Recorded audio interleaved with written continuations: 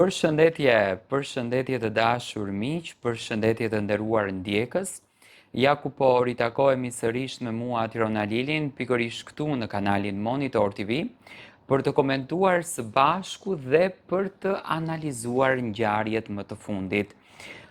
Dalja e Sarës nga ferma, siç duket, i ka gazuar të gjithë ish banorët, sidomos njërën prej tyre. Sara edhe sot është prekur me realitetin, ajo e ka kuptuar që Mimoza është një fenomen i pakrahasueshëm. Mimoza është një nga personazhet që e duan më së shumti, e admirojnë më së shumti, e duar trokasin më së shumti, e mbështetsin më së shumti, dhe normalisht do të ketë tani qasjen e saj kundër drejt Mimozës. Unë jam i bindur që Sara do ndryshon krejtësisht strategjinë dhe mënyrën se si tashmë ajo do ta shikon Mimozën edhe lojën e Mimozës.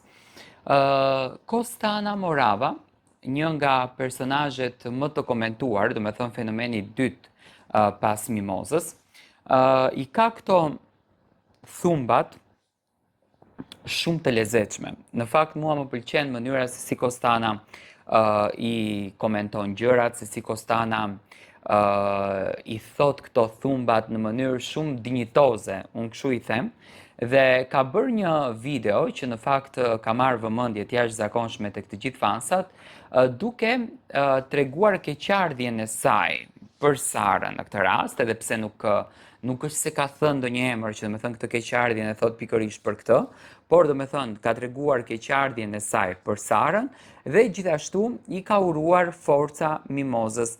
Kostana më pëlqen sepse që në ditën e parë kur hyri me bindje të plot, me qëndrime të sakta dhe doli me bindje të plot dhe qëndrime të sakta.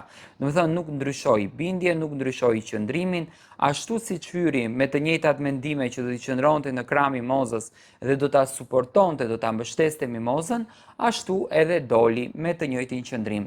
Ajo këtë videon e ka postuar në Instagram, unë tani do t'ua sjell, por Kostana vazhdon që të jetë e njëjta Kostanë para fermës që ishte. Domethënë Kostana ka komentuar fermën, i komentonte situatat, komentonte edhe produksionin, nuk është që nuk e komentonte, dhe përzgjodhi që të jetë pjesë e kësaj ferme që Mimozën, fenomenin Mimoza ta shikonte vetë me sytë e saj, domethënë ta prekte vetë me dorën e saj këtë gjën e bukur.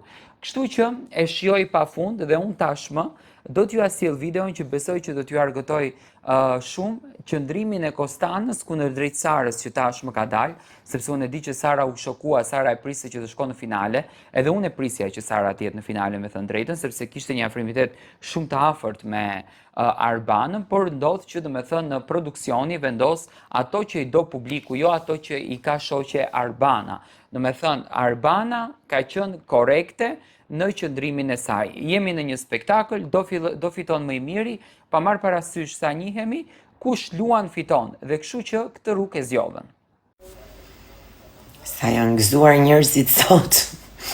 Më vjen keq që ndodh kështu, po ja që njerëzit janë gëzuar sot. Sinqerisht më vjen keq.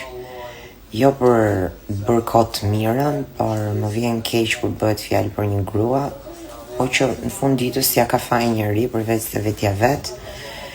E megjithatë, shumë më mbajtëm deri këtu, shumë të tjerë u dogjën kot që e meritonin, t'ju jepi hapësira për të shprehur, për të treguar kush janë.